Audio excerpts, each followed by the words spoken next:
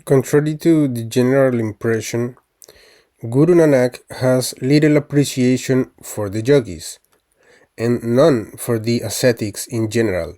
In the Japuk, Guru Nanak tells the yogi to have the earnings of contentment, the begging bowl of productive work, the ashes of meditation on God, the cloak of the fear of death, the staff of trust, and the skill of keeping his body free from evil. To regard all human beings as equal is to belong to the highest order of the yogis. To conquer the self is to conquer the world. The yogi should hail the eternal Lord who has been there from the very beginning, who is without blemish, who is indestructible, and who remains the same throughout the cosmic ages. The yogi should make Jnana his food and mercy the female in charge of the kitchen. Instead of blowing the horn, he should hear the unstruck music, Nad, within himself. He should dedicate himself to the master of all human beings instead of seeking supernatural powers.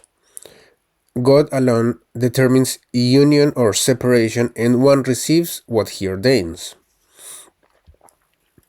The yogis meditate on the void and refer to God as invisible, Alak. He has a subtle form, he is not affected by Maya. The whole universe is his visible body. Then there are other ascetics in various garbs who inflict physical pain on themselves. Some go without eating, others go without any clothes. There are some who observe silence and others who go barefoot. There are some who eat dirty food and put ashes in their hair. They are blind and they lose all honor. Without the Nam, no one can find a place of honor. Some live in the wilderness or in cremation grounds. They all regret in the end. What is common to them all are ascetical practices and renunciation carrying the implication of mendicancy. Guru Nanak was opposed to all this. Guru Nanak uses metaphors from the ideas and practices of the yogis, reflecting his thorough familiarity with their system and also his anxiety to underscore its inadequacies. By smearing ashes on one's naked body, pride that will not vanish. This is not the way to jog. Why forget the name of God, which alone is helpful in the end? Why not remember Him who is the giver of the body and the life within it? Yoga is not to be found in margs and masans. Guru Nanak has no appreciation for the aspiration to acquire supernatural powers. God bestows gifts in accordance with His greatness. When He is kind, He bestows the gift of the name, the greatest of all gifts. Compared with this gift, no power is of any value.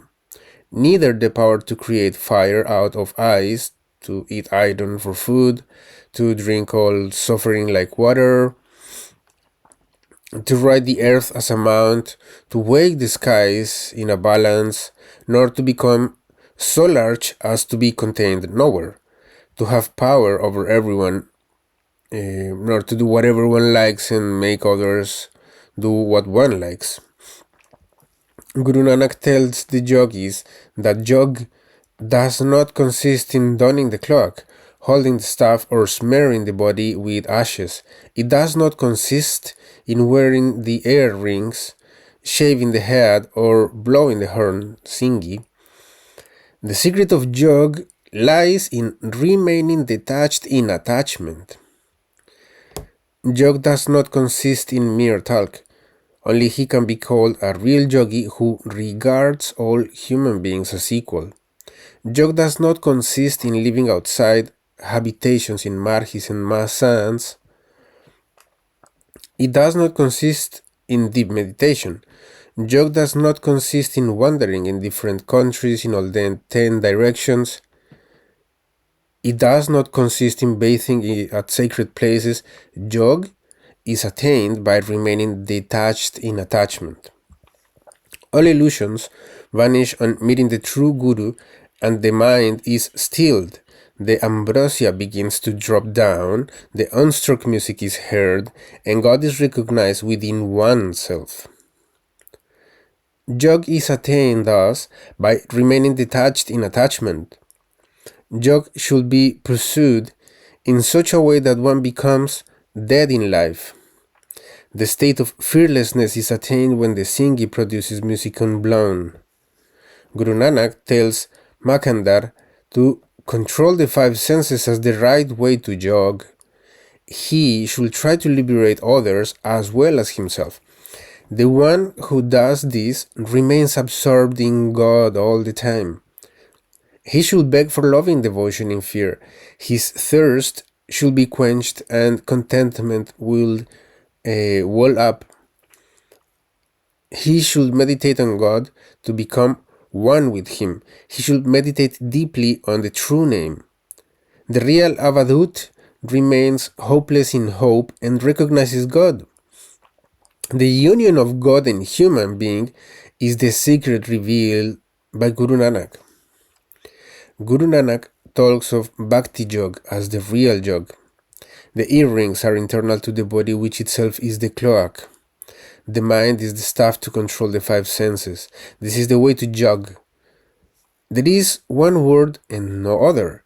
Dedication to it is the food of roots and fruits. If by shaving the head one finds God, there are many who do this on the banks of the Ganges. The blind do not turn to the only master of the three worlds. The fear of death, is not removed by shamtalk. Take refuge in the One, forsaking greed. The yogi should remember the Pure One and not indulge in false talk. They who adopt forgiveness and whose fast is contentment, they get rid of the disease and do not suffer death. They attain liberation and are assimilated to the Formless One. The real yogi has no fear. The fearless yogi invokes the Pure One, keeps awake to meditate on truth. That is the kind of yogi who is appreciated. He burns the fear of death in the fire of Jnana. He gets rid of pride on the path of death. He attains liberation for himself and his forebears. He who serves the true Guru is the real yogi. Immersed in fear, he becomes fearless. He is assimilated to the one he serves. In a number of verses, Guru Nanak uses the terminology of the yogis to convey his own message and to express his own values. The Shabad is the real yogi's horn, and through it, he hears the unstruck divine music. The Guru's Shabad is the mundra in his heart. Forgiveness is his cloak. He accepts what God does as the best for him. He finds the treasure of Sahaj Jog. He who is linked with God is the real yogi. The name of the Pure One is his nectar, and he tastes the juice of Jnana. Meditating on God, he discards all contention. The Shabad is his singing to hear sweet music day and night. Reflection is his bowl and Jnana his staff. Awareness of God's presence is his vibhukt. Guru Nanak is quite explicit. The praise of God is our established practice and our pant is Gurmukh pant. The same light in innumerable forms is our Samya. Guru Nanak tells Bhartari Yogi that the object of his devotion is the One. Guru Nanak offers to the yogis the praises of God, meditation on Him, the Shabad of the true Guru, his Bani, service, acceptance of God's will, and his name. Treating all human beings with equal consideration is the state of Sahaji. The Shabad constitutes the alms for a real yogi.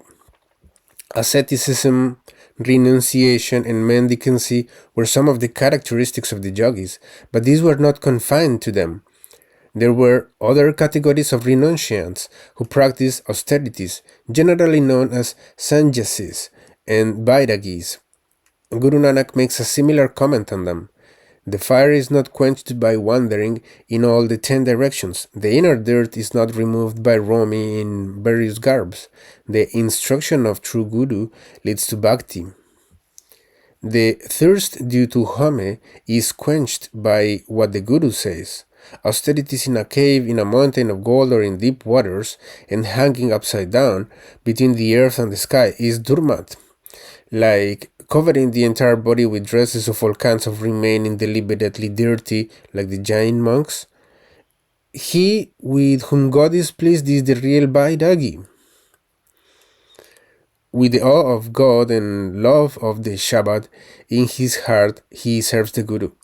There can be no Vairag in dual affiliation, dubida.